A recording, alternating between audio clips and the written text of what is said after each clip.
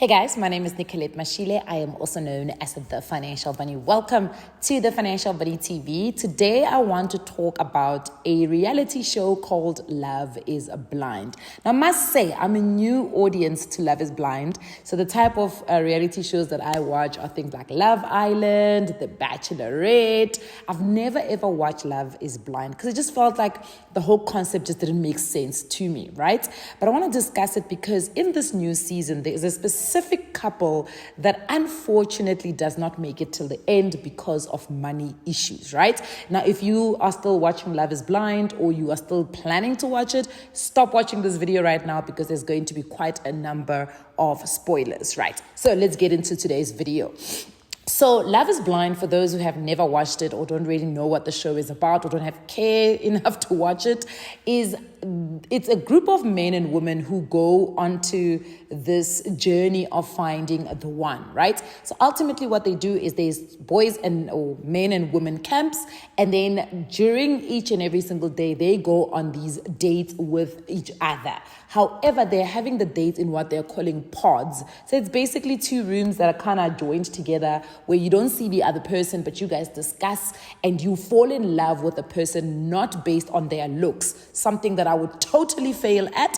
I am absolutely that vain. It is important for me to see what you look like. But in any case, so it's not like I wouldn't do an experiment like this. I feel like I'm going to be so shallow that when I do see the person, if I don't like them, my face is animated. You will know immediately, right? So in any case, fall in love, and then there's a decision to get engaged. And then the person will propose to you, whether it's the man or the woman, they will propose to the other. And if the other one says yes, then the next day they will actually do a reveal where they'll get to meet each other. After they've met each other, they all go on holiday. The couples go on a holiday. After going on a holiday, they get to learn about each other. And then they come back now to actually real life where they integrated back into society, and they need to see if this will work. There's a specific couple there called Izzy and Stacy. Now, it's very important to mention that Stacy is a couple of years older than Izzy. She's 33 years old and Izzy is 29. He is an insurance broker. In fact, as you watch the story or the show, you find out that he's only been an insurance broker for literally a couple of days. Just before the show started, he actually moved into insurance broking. And she, I think, is an operations director of some firm, right? So you already can see that there's already a financial disparity between the two of them. Also because she is at chapter 33 and he's still at chapter 29. Sometimes it just so happens that when things work out like that, the person who's at chapter 33 might be ahead of the other financially. It's not always the case. We've seen many times where men who are younger or women who are younger than their partner are doing far better than their partner, right? But in this instance, it was very conventional. She is doing better than him. In actual fact, as I say, as you carry on watching this show, you also find out that she's from a far more well-off family, or at least a family where they had better resources than he did. It's a nuclear family, mom and dad, with 3 daughters, and he's from a family where I think it's just him and his mom. In any case, these people fall in love. One of the questions she asks him in the pod is about, his finances. This is now before they have met. She asks him, do you have any debt? Is there anything that I need to worry about? And he says, no, there's nothing you need to worry about, right? You will find out at the end why this specific portion that I'm bringing up now is very, very important. In any case, so they go, they fall in love. He proposes, she says yes. They are madly in love, and she's excited about getting married to this guy, and he's excited about getting married. In fact, he even dumped other potential women for her specifically, right? So they go on holiday, then they get integrated back into the normal community. Now, when they get integrated back into normal community, one of the first signs that there's going to be problems is every single time you see a video of them, she is driving him in her car. Now, I know people think that that is not a big deal, but in reality, when I saw that, I thought about my own life, and I was like, yay, this is exactly where the problem starts, right? So step number 1, it's not like he doesn't have a car. He actually does have a car. He's got a Jeep, I think, and she's driving this Mercedes Benz. Then they go and do a tour of her house. And she goes on and on and on about how she worked very hard to purchase this house, and she's had to put money away in her savings. I think she's talking about $20,000 for in case something happens and she needs to pay off the house. And she's going on and on and on about, how this is such a big thing for her, the fact that she can live on her own. And then he says something along the lines of he's going to move in there. Problem number 2. Guys, I promise you, I feel like she didn't see the red flags. I feel like she should have seen some of these red flags. He speaks about him moving into her home. So she asks him again, are we going to be fine going, sharing some of the expenses in this house? And then, yes, he says yes. And then they discuss this thing about going 50-50. And then they talk about dinner. And she says, you can't do 50-50 at dinner. And he is utterly confused as to what does she mean. He even goes and says, we will just throw both cards at the bill. And she is insisting that you can't go 50-50 on dinner. The man pays. And again, he fails to see exactly what it is that she is trying to say. But he starts to have a good realization of what she's actually saying when he goes and visits her family. And when he visits her family, they have these discussions about the type of life that she wants. How did she decide to marry him? And is he ready to be able to take care of her? Now, her other sisters also chime in about how she loves traveling and, oh my goodness, she also loves, restaurant, dining out. And she makes a comment that for me made me very uncomfortable. She speaks about how he's never traveled and that so all of this is happening in Houston, USA, by the way. And she chimes in and says he's actually never even been to New York. Now, of course, you would know that New York is one of the states in America, right? So it's almost similar to somebody saying, we are Nelspruit, and someone says he's never been to Joburg or he's never been to Cape Town. And he jumps in to defend himself. And he says, yeah, it's because it's always been me and my mom, and we sometimes just didn't have the money to be able to travel and do all of these things. But I'd love to travel. But you can see on his face that she's kind of, and it's not necessarily humiliation, but it's more like, it's like she's constantly reminding him that he actually has less than she does, and I felt like she probably didn't do it intentionally, because I think she's gotten to a part in her life or a stage in her life where she just speaks about those things naturally, and she's shocked that another person has not been to New York, right? But I think for him at that moment where he says, it's because we didn't have the resources, you can see that he's trying to battle with whatever situation. And one of the people that actually notices is the dad. He notices this and he asks to speak to Izzy privately. So he starts speaking to Izzy privately and he's asking him will you be able to handle financially to be with my daughter? But he doesn't obviously ask it directly. So how you feeling about everything? I mean, it's a lot, but yeah, I agree. Love is blind thing, I get that. But love also needs to eat. Love needs to have a roof. Sometimes love wants to fly first class. But he alludes to these things. And one of the things he says is she likes to travel, and sometimes she even travels first class. Will you be okay with it? And he says yes. Another mistake that he's making, because now he's making a promise that yes, he might be able to fulfill, but at the current moment he actually was not. And I think at that point it's very important to be honest with yourself, to say, look, I'm not saying I'm never going to be able to, but I'm saying right now, if we were to book a trip tomorrow, I probably won't be able to do that. There was another part also where she said something, and then he was like, oh, a couch. I think they were speaking about a couch. I think so. And then she says she needs a new couch, and then something happens, and then she says, you'll buy it for me.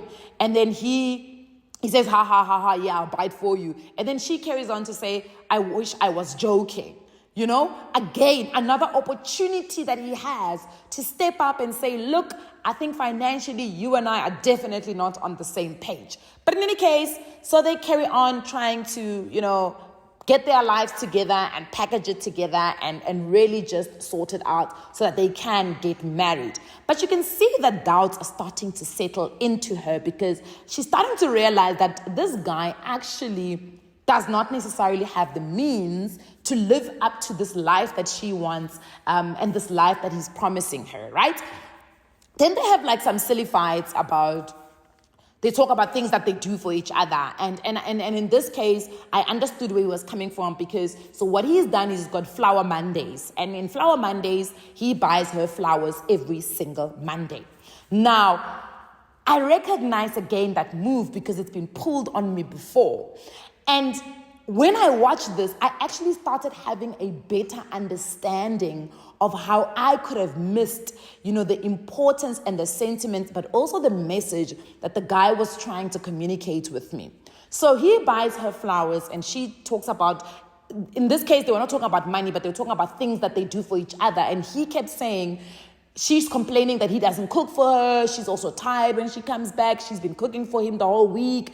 And he says, but yeah, there are other things that I do that you're not seemingly noticing because you are so focused on the fact that I don't cook for you. And I think he was referring to him, buying her flowers every single Monday, which is something he's very consistent with. He was very proud of it because even when his mom came to visit, it was the first thing that he mentioned. You know what I mean? So I think what I realized at that moment is that was what he could do. That was his capacity. And for him, it was such a big deal because this is one thing that he's able to do for her, but she doesn't even see it because she's so consumed by all of the other things that she wants him to do. But I think for him, this was his waving off a flag to say, I'm able to do this thing for you. I'm able to buy you flowers every single morning. So anyway, that moment happens. Oh, by the way, before even that moment happens, when she goes to do a tour at his house, guys, this man has paper cups and paper plates, okay? Forget the drawer with all of the lost and found things that girls have left at his home. But he's got a cabinet of those red cups that we play. What do we call that game where we bounce a ball and it drops and then people drink? He's got those cups. I cannot believe this. But in any case, and he's got paper plates and he doesn't think anything wrong. And he actually goes on to say, the women that have been there before, because she asked him, have you ever, if you were going to cook dinner for me, were you going to dish up for me on these plates? And he says yes, so casually. And he says other women that have been there have not had a problem with it because they've just been so grateful for them cooking, for him cooking for them. And I realized, and I was like, no. These two people are just way too separate and very different from each other. They are not going to understand each other. Because on one side, I can understand him because he's never really dated anybody probably upper than him, financially or in any other way. So dishing out on paper plates for them, they were just too excited to just be there and to eat a meal, you know what I mean? And she's just like, do better. How are you going to dish up for me on a paper plate and give me a plastic tumbler? Come on. Anyway, so now we're fast forwarding to them going to their wedding day. And they have a conversation again about their finances. And she finds out for the first time that he actually has bad credit. He has bad credit. And she loses her mind. Ultimately, loses her mind to a point where she gets to the altar on the day they're supposed to get married and she can't say, I do, right? And essentially it's because he's got bad credit and kwasha kwaqema. But if you think about bad credit is not permanent because he actually attempts to explain, also the reason why she actually broke up with him is because she had said she had asked him and he had lied to her when he said he doesn't have debt and she's got nothing to worry about and there's nothing that he wants to tell her.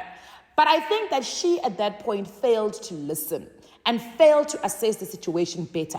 Did she make a good call in terms of not getting married? I definitely 100% agree with her. However, I do think that she was too judgmental, and it was because she had let her frustration get to a point where ibeta top or no. Because bad credit is not, it's not It's not permanent. You can change it. You can work with somebody. You can rehabilitate somebody. You can. Some people don't even know they've got credit, or some people don't even know that there's a thing called credit. Some people don't know how they damage their credit. So, I mean, I'm not making excuses for this man because he's a 29-year-old man who's grown up. But let's be fair. A lot of us, I mean, I didn't even know when I bought my first car, and I think I must have been in my 20s, late 20s, in fact, and I didn't know there was a thing called a credit score. You know, so I do think there she was a bit unfair, but she also did not ask him if he's got bad credit. She asked him if he's got debt, and he said no. So he was actually correct. While omission is not obviously an excuse, because he omitted saying, I have bad credit, I just don't have debt, right? So he doesn't have liabilities, but he's got bad credit. And for me, why was she so stressed about his bad credit? Because it didn't come with any liabilities. It was bad credit because he probably made some bad moves in terms of, maybe he stopped paying some places or whatever. She should have asked to see what is the situation? What does it actually look like? But the problem was that she wanted to start discussing this thing at a point where, or she wanted to discuss this thing at a point where they were both just frustrated. And I think they're both realizing that, you know what, it is actually, we are not financially compatible. We're not on the same page. We are just absolutely going in two different directions because of expectations, and I think also because of lack of empathy and understanding of each other. So the reason why I want to do this video is because I want to ask you guys, what are your thoughts on this before I actually do another video where we talk about how do you discuss finances with your significant other, especially if you're planning to marry someone. It's different when you are dating someone and your finances are not getting, involved in each other, and you don't have to worry about the kids that you're going to make, their future, their financial future, your financial future. If one of you has a mishap in life, will the other person be able to cover them for whatever extended amount of time? When you are still dating, those things are not really important. However, habits are important then, right? Because you can see the type of person that you're going to get involved with, and you can see how they're using or misusing their money, or what money represents to them. Is it a status? Is their identity, or whatever? But when you are going to get married to someone and you're going to fuse your finances together at some point, it is important to actually have these massive conversations. But I always say, it's not a conversation of what's your credit score, because those things are temporary and they can be fixed, right? Even debt can be solved. It's not the end of the world. What you need to know is, if I get you out of debt today, are you going to get back into debt tomorrow? That's behavior. Those are habits. And that's what you should essentially be asking the other person. But let's talk about that after I hear what your guys' thoughts are on the whole Izzy and Stacy situation on Love is Blind Season 5. Mwah! I'll see you guys on the next one. I wouldn't even call it a deal breaker that he wasn't forthcoming about the credit issues. There were more things that came up about finances all in one conversation. And I had asked him at least a week before that. It was an ongoing conversation. I was in therapy and we didn't have time to do premarital counseling. And I'm like, what do I need to cover? What are the bases I need to cover? And she's like, communication and finances. That's the number one reason people get divorced. You need to address that. And I'm talking, take out all the bank statements, highlight what you spend on. You need to see what your partner spends on all this stuff. And that was a constant conversation. But for some reason, he's like, yeah. There's nothing. And so then it was very, see, it's nothing. And I'm like, it wasn't just that. It was, hey, I started a new job. I'm 1099. I don't have benefits. It was one of those things. I know if you were to get in a car wreck the next day, I would be financially responsible for the both of us. That is a big deal. I don't know if I can do that. You don't have credit. I don't care if you have credit, but I don't understand why you don't have it. So when we get married and you take out a credit card, if you have a spending problem, that goes on me. None of that was addressed. Not a deal breaker, not a deal maker. I definitely feel like the credit money was a big deal for Stacy, as far as stability financially, and I think she just felt like she couldn't trust me because I kept it so long.